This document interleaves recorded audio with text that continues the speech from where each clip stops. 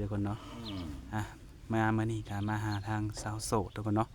ซึ่งทางบ่าวฉลัดนี่ก็ยังบ่เคยถ่ายเพิ่นจักเทื่อเนาะถือว่าเป็นครั้งแรกที่มาถ่ายคลิปเพิ่นในมื้อนี้เนาะ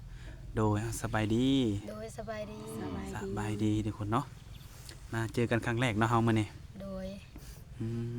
ขออนุญาตในถามชื่อมีชื่อว่าจังไดเนาะชื่อหลาน้อยชื่อลาน้อยบ่โดยโอ้ปัจจุบันมีอายุจักปีแล้ว25 9เข้า26 25 9เข้า26โอ้เดือนใดเต็ม26นี่เดือน11พุ่นแหละเดือน11พุ่นแม่นโอ้ตอนนี้อายุ25ปีทุกคนเนาะ อายุ25ปีนี่เคยสร้างครอบครัวมาแล้วบ่เคยสร้างครอบครัวมาแล้วโอ้มีลูกบ่มีผู้หนึ่งมีลูกคนหนึ่งผู้ชาย2ปีโอ้เคยสร้างครอบครัวมานี่ดนปานใดแล้วนี่ต้น3กันนะโดยอยู่กันแต่2022ตอนนี้2023แหละจบกันโอ้อยู่กันปีหนึ่งบ่แม่นประมาณปี1ปีปลายแหละบ่แม่นติ2021บ่2021นั่นแหละเพิ่นมาแต่งมาขออย่างนั้นนะแบบว่าถึงขั้นแต่งงานกันทั้งแน่เนาะแม่นโอ้บ่แต่งบ่ได้แต่งบ่เคยแต่งมีแต่แบบเคยหยังก็เคยผากสู้บ่ผากสู้มาผูกแขนซื่อบ่ผูกแขนกันยังมีแต่ผากสู้กันมีแต่พ่อแม่แบบมัดหมายกันเหมือนผากสู้แบบนี้นะมีแต่3เฒ่า4แก่แบบกับผูกแขนอยู่แต่ว่ามีแต่พ่อกับแม่อย่างนั้นนะแต่ว่าบ่ได้ว่าถึงจัดงานว่าหาแขกหาผู้หาคนมาเนาะแม่นโดยฉะนั้นก็อยู่เป็นโสดมาเลยบ่แม่นเอ้าที่พระเลิกลากันไปแล้วก็บ่ได้ล้มคบหากับหนุ่มทางใดเลยบ่ก็บ่ได้เซ็ตบ่ได้ลมมีแต่บางครั้งบางคราวเขาโทรมาแบบถามหาลูกเขาแบบนี้แล้วก็โทรเบิ่งลูกแบบนี้นะซื่อๆส่วนแล้วก็มักโทรมาทางโทรศัพท์มันมักมีโทรศัพท์ลูกโดยทางลูกกันนะลูกเบิ่งการ์ตูนอย่างนั้นนะโดยแต่คือเจ้ากับเพิ่นนี้ตัดขาดกันเป็นที่เรียบร้อยบ่แม่นถ้าเพิ่นจะกลับขึ้นมาเจ้าสิยังคืนดีกับเพิ่นบ่กล้าว่าบ่แหละมั่นใจบ่แม่มั่นใจทุกคนเนาะถ้าว่ามั่นใจเฮาก็ถือว่าพร้อมที่จะเปิดโอกาสให้ตัวเองเนาะแม่แล้วก็หาสามีคนใหม่เนาะแม่คือมาเปิดใจในมื้อนี้คือจังไดคือเจ้านี่พร้อมที่จะสละโสดเลยบ่ก็สิแบบแม่นอยากแบบคันว่ามีใหม่ก็สิแบบคอยล้มกันก่อนนะล้มกันไปก่อนเบิ่งกันไปก่อนว่าสิหาเขาได้บ่ญาติแบบเพิ่นติว่าเฮามีลูกมีเต้าอย่างนั้นนะในการที่ก็เบิ่งใจกันเนาะคือเฮานี่เจ้าสิเบิ่งกันดนบ่ก่อนจะตัดสินใจสละโสดนี่ก็ประมาณคัน5เดือนหรือว่า 2-3 เดือนไปแบบนี้ก็ได้ปีนึงแบบนี้นะเอาคือง่ายคือมันก็บ่แน่นอนเนาะแม่น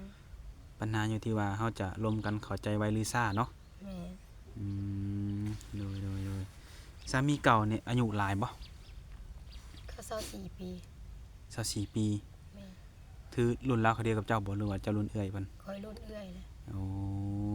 ก็ถือว่ามีสามีแบบรุ่นน้องเนาะแม่นแต่ถ้าว่ารอบนี้ถ้าเจ้าอยากสร้างครอบครัวหรือมีสามีอีกครั้งนี่เจ้าสิเอาอายุหลายปานใดมานี่แบบเอารุ่นใหญ่กว่าใหญ่กว่าบ่รุ่นอ้ายแบบประมาณ30หรือว่า40ไปก็ได้40ก็ได้เนาะแม่นโอ้ต้องจำกัดบ่อนสุดอยู่บ่ว่าต้องสุดค่าใดก็บ่แล้วแต่บ่เพิ่นล้มแล้วก็คันแบบได้ล้มกันได้เองกันแบบอยู่แล้วเรามีความรู้สึกดีต่อกันแล้วก็บ่อันได้นะก็ได้กันบ่ได้จำกัดว่าอายุจักปีเท่านั้นเท่านี้พอโดยเพียงแต่ว่าคอยเป็นรุ่นอ้ายขึ้นไปเนาะแม่นบ่เคยล้มรุ่นน้องแล้วเป็นอยากถามหน่อยหนึ่งเนาะเลิกลากันนี่เป็นเพราะหยังบ่ติดลิ้นติดกินนี่แหละติดลิ้นติดกินบ่แม่นติดหมู่ติดไปแบบนี้แหละแล้วบ่เข้าใจกันต่างคนต่างแบบบ่มักแบบนี้ซะเขาก็ไปต่อเขาก็ไปต่อเฮาแบบนี้นะอ๋อคือต่างคนต่างพอใจกันเนาะแม่นคือว่าเราวัยรุ่นโดยทุกคนเนาะแล้วเจ้าต้องจังไดต้องเลือกต้องจำกัดอยู่บ่คนต้องเป็นคนไทยคนลาวที่เข้ามาร่วมเจ้านี่ลาวก็ได้ไทยก็ได้บ่จำกัด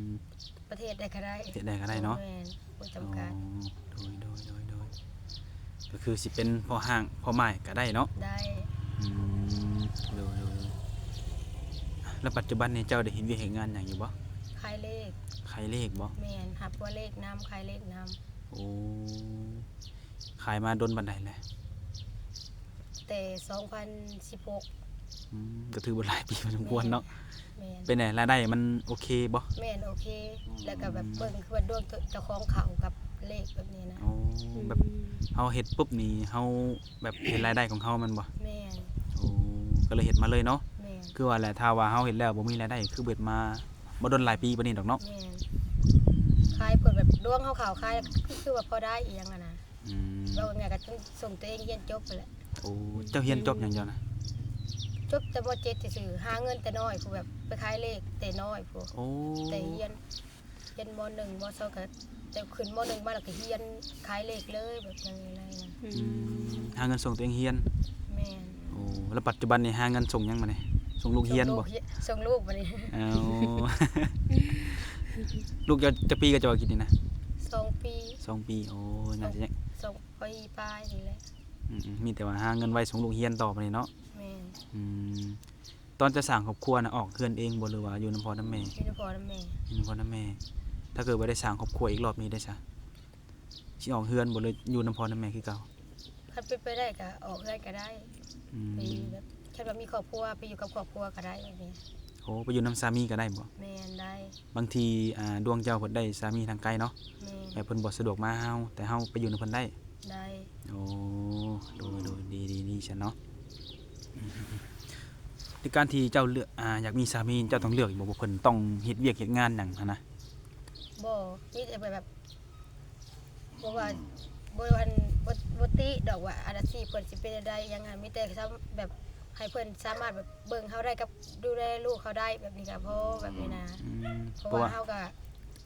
มีลูกน้อยอหยังอะนะ โดยบ่ว่าเพิ่นสิเฮ็ดเวียกงานหน้าที่หยังก็แล้วแต่เพิ่นเนาะ แม่น เพียงแต่ว่าให้เพิ่นมีหน้าที่ความรับผิดชอบ แม่น ถ้าว่าเฮาได้เฮาไปเป็นลูกเป็นเมียเนาะ แม่น หน้าที่เพิ่นคือดูแลเฮาหรือว่าดูแลลูกเฮาเนาะ แม่น อืมถ้าเกิดว่าเจ้าได้สร้างครอบครัวนี่อาชีพที่เจ้าขายเลขมาเจ้าสิปะบ่รู้ว่าแนว ก็โตขายเลขนี่ก็คันว่าเพิ่นอยากให้ไปอยู่นำก็ปะก็บ่ปะเพราะว่าเฮาหับบ่เลขเฮาหับทางมือถือเด้ไล่ทางโทรศัพท์ แบบออนไลน์นี่บ่ แม่ทางออนไลน์เฮาไล่เฮาก็ส่งเมลแบบเนี้ยนะ ก็ ตัว คือ ขายเฮาก็บ่ไปขายก็ได้ คือสานต่อเนาะ แม่สื่อสารต่อเลยตัว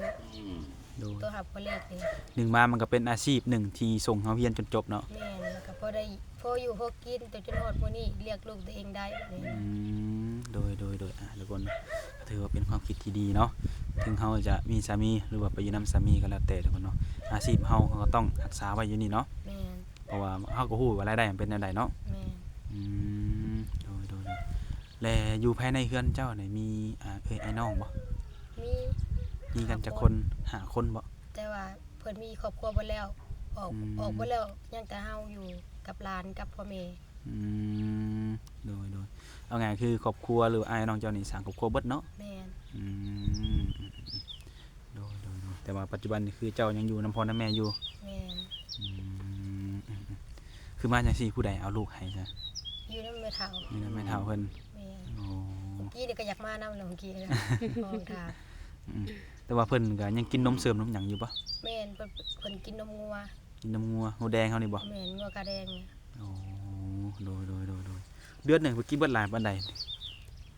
ทิศละแพ็คทิศละอันแก๊สพุ่นแหละ ทิศละแก๊ส แม่น โอ้ บางเทื่อก็บ่ฮอดทิศซ้ำ รายได้ที่ซื้อนมให้ลูกนี่คือรายได้จากการขายเลขเจ้านี่บ่ แม่นขายเลข ขายทุกมื้อบ่ แม่นขายคู่มือเลยหัวเลขก็หับคู่มือเลย อืม แต่ว่าขายเลขคันมีแต่เลขลาวจึงขายและหับหัวเลขก็หับคู่มือเลย อืมโดยก็ถือว่าเป็นอาชีพที่แบบมั่นคงเนาะตอนนี้เนาะก็อยู่มานำเจ้าหลายปีเนาะ โดย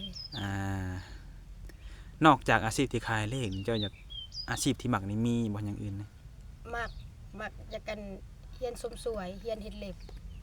ใจมักตัวนี้บ่ แม่นใจมักอยากเฮ็ดเล็บ เอา กับสมสวย ถ้าว่าได้เฮ็ดนี่ต้องไปเรียนก่อนบ่ อยากเฮียนตื่มเนี่ยเพราะว่าเคยเฮียนแล้ว อืม เคยไปเฮียนอันเฮ็ดเล็บกับอันซาหัวเฮ็ดหยังอะนะแล้วก็มันก็เฮียนหลายปีแล้วประมาณปีหนึ่งปีปลายนี่แหละอยากเจ้าของเริ่มอย่างนี้นะ อยากไปทบทวนใหม่ แม่น อื อยากเฮ็ด ม เฮ็ดเล็บเจียวเพราะว่า กับ อยากเห็นเต้นหน้านำช่วงนี้เขาออกไปท่องไปยังนะ งานเรื่อยช่วงนี้เนาะ แม่นหน่วยงานหลาย โดยทุกคนเนาะแล้วเรื่องน้ำหนุ่มได้ใช่ไหมแบบแบบสเปคแบบที่เจ้ามักนี่นะผู้ชายที่เจ้ามักแบบใด มักอันแบบสูงกว่าเฮาซะแบบบ่คอคนเตี้ยแล้วก็เขาแต่ว่าเพิ่นสูงกว่าเฮาล่ะครับแบบสูงขาวก็ได้คนทรงสีก็ได้แบบนี้นะ ตอนนี้เจ้าสูงเท่าไหร่เจ้า ประมาณ155นี่แหละ55 56นี่แหละ โดยน้ำหนักหลายปะ 48 49 48 49โดยก็คือเนาะถ้าเป็นไม่ได้อยากเจอคนที่สูงกว่าอันบ่ แม่น ถ้าคนที่ซ้ำกันหรือว่าต่ำกว่านี่บ่ได้บ่ ซ้ำกันก็ได้ตามคนแบบพันธุ์ไทยอะนะเก่งกับเพิ่นก็สูงกว่าเฮาซะแบบนี้นะ โดยเอามานี่ดีกว่าถ้าว่าต่ำแมตช์40บ่หรือว่านี่คือบ่คุยเนาะแล้วนี่บ่ ก็ว่าบ่ได้ก็แล้ว ทักทายมาเบิ่งว่าบ่ได้บางเทื่อเพิ่นแบบบางเสียสายแนงก็มีบางเทื่อก็ เนาะ เบิ่งแล้วแบบล้มแล้วบางเทื่อมีความผูกพันก็มีอย่างนั้นนะ โดยอันนี้คือเฮาวางตามสเปคที่เฮาแบบ ม่นว่ อยากเจอเนาะ สิป็ อยากเจอหรือว่าอยากได้แบบนั้นเนาะ แม่น แต่ว่าเนื้อคู่เขาเนี่ยก็บ่ฮู้ว่าสิสูงต่ำหรือว่าอายุน้อยหรือหลายเนาะ แม่บางเทื่อเซตนำกันแล้วแบบมีความผูกพันแบบนั้นก็ว่าบ่ได้นะ โดนแม่นอยู่ได้เนาะเพราะเรื่องนี้มันก็บ่แน่นอนเนาะ แม่น อยากฮู้ว่าสิเข้ากันได้หรือบ่ได้ก็มันต้องได้อบรมกันก่อนเนาะ แม่น อืมโดยก็คือเคยเห็นเจ้าก็เคยถ่ายคลิปมาแล้วแมันบ่ โดยถ่ายแล้ว แต่ดนแล้วบ่ ประมาณ5-6 เดือนหลังนี่นะ อืมในช่วงนั้นมีบ่คนคุย ก็มีแล้วก็บ่มีแล้วก็บ่ได้ล้มแล้วโซนก็บ่มีแล้วก็ลองมาเปิดใจเบิ่งซ่องอ้ายเบิ่ง อยากลองเบิ่งเนาะ โดย เพื่อว่าจะเจอคนที่ถูกใจเนาะ แม่น โอ้โดยทุกคนเนาะก็ฝากหนุ่มๆเนาะทางช่องนี่แหละทุกคนเนาะที่มาถ่ายทำให้มื้อนี้ถ้าเกิดว่าเห็นคลิปนี้เนาะบ่ว่าสิเป็นเรื่องเว้าเรื่องคุยเรื่องใจคิดว่าถูกตรงตามสเปคเนาะอยากทำความรู้จักกับสาวละน้อยเพิ่นก็ทักทายกันใหม่เนาะแต่มีหยังทางติดต่อให้เพิ่น ทางไลน์ก็ได้ ไลน์ก็ได้ เบอ แอป ร์ Facebook มีบ่ Facebook บ่ได้สู่ลิ้นปานใดมีชวนไลน์จะเล่นแต่ไลน์ อืม TikTok ก็มี อ่ะ มีอยู่แต่นั้น ตัวนี้มีเนาะยกเว้น Facebook เนาะ แม่น เรื่องนั้นพร้อมแจกพร้อมจ่ายเนาะว่าแข่งกันเนาะ โดย โดยกับฟังเนาะบ่ว่าสิเป็นทาง TikTok เพิ่นก็มีทุกคนหรือว่าทาง WhatsApp บ่ ทาง WhatsApp แล้ว แล้ ก็ วก็ เบอร์โทรก็ได้ ทางเบอร์โทรหรือว่าทาง LINE เนาะ TikTok ก็มีเบิด อ่า แล้วก็เจ้า IG ก็ได้ ดูโอ้ถือว่ามีหลายเนาะ หลายอย่าง ปัญหาก็ขึ้นอยู่ที่ว่าหนุ่มๆเพิ่นอยากได้ทางติดต่อทางใดเนาะ โดย ทางเฮาก็สิให้ตัวนั้นทุกคนเด้ออืมแต่ละปีก็ได้เฮ็ดนาอยู่บ่ บ่ได้เฮ็ด ข้าวน้ำสำปลาคือต้องซื้อบ่นี่ แม่นชื่อเอาหน้ามีแต่บ่มีคนเฮ็ด โอ้บ่มีผู้ชายบ่อยู่ในเฮือนตอน แม่ นี้ นครอบครัวอ้ายกับน้องไปไทยเบิดเลยอยู่ไทย มมีนาแต่ว่าขาดผู้นำพา แม่น โอ้ หาคนไปเฮ็ดหน้าเซย โดย และในเรื่องการซื้อเข่าวเนี่ยเข่าวเฮือนนี่เนาะแบบผู้ใดเป็นคนซื้อนะหรือว่า เป็นลักๆก็เฮาคงอยู่คงกินกับเฮาข้าวน้ำซ้ำปลากับบางเทื่อก็อ้ายผู้อยู่ไทยกับน้องโอนมาให้แน่เติมกันแบบเนี้ยนะ โดย ก็ส่วนนักกับเฮานักแบบซื้ออยู่ซื้อกินค่าฟืนค่าไฟแบบเนี้ยนะผู้เฮาอยู่อะนะ เอาอยู่นำเพิ่นอยู่เฮือนนำเพิ่นเนาะ แม่ เพราะว่ารายจ่ายแต่ละเดือนมันก็มีหลายอย่างเนาะ แม่ บ่ว่า ถ้าบ่ทวงบ่ทันก็โทรขออ้ายแบบนี้ โอ้โดยก็ยังดีเนาะที่ว่าเพิ่นก็ยังยื่นมือเข้ามาช่วยเฮาเนาะ แม่ แต่เจ้าบ่อยากคิดไปเฮ็ดงานอยู่แถวไทยบ่ อยากไปอยู่แต่ว่าบ่เคยบ่กล้าไป ด้วยความที่บ่เคยบ่ แม่นต่างบ่เคยนี่ คำว่าบ่กล้านี่เป็นจังไดย่านในส่วนใดเนี่ย จัดไปแหละเฮ็ดบ่ได้คืออ้ายคือน้องเนี่ย ยันเฮ็ดบ่ได้ยันแบบยันเฒ่าแก่เพิ่นให้บ่ยันเจ้เพิ่นว่าจังซี่บ่ เพราะว่าบ่เคยไปจักเทื่อ โอ้ บ่เคยไปไทย โดยอยากไปแต่บ่กล้าพุ่นน่ะย่านแบบว่าไปเฮ็ดบ่ถูกใจอันเฒ่าแก่เนาะ แม่น อืม บ่หนึงมาก็แบบคือใส่ว่าเฮายังขายเลขก็ได้แน่แล้วก็ยังบ่คิดอยากไปเฮ็ดเวียกอยู่ไทยอันนั้นรายได้เฮายังได้อยู่แบบนั้นนะ โอ้เอาคิดเห็นรายได้ตัวนี้จ้ะเนาะ แม่น แม่นอยู่ตัวนี้ก็คือการขายนี่คือเฮาเป็นนายตัวเองแม่นบ่ แม่น อืม แต่ก็ดึงมาก็บ่เคยไปเฮ็ดเวียกรับจ้างมันยัน เป็นเจ้านายตัวเองกับเป็นรับจ้างมันบ่ยันบ่คือกัน แม่นนั่นบ่คือเนาะถ้าเฮาไปเป็นรับจ้างเพิ่นเฮาต้องเฮ็ดตามนิ้วมือเพิ่นสั่งเลยเนาะ แม่นหาอยากไปอยู่ในไทยหาอยากไปอยู่ อืม คันมีแฟนหรือมีก็อยากไปอยากเฮ็ดบัตรอยู่เพ โดย ราะว่านี่ยังบ่เคยมีบัตรเลยนะยังบ่ อ่ะมีแต่ว่าเราให้มีแฟนเป็นคนไทยเนาะ อืม อาจจะบ่ได้เฮ็ดงาน แต่อาจจะได้ไปเที่ยว หรือว่าอาจ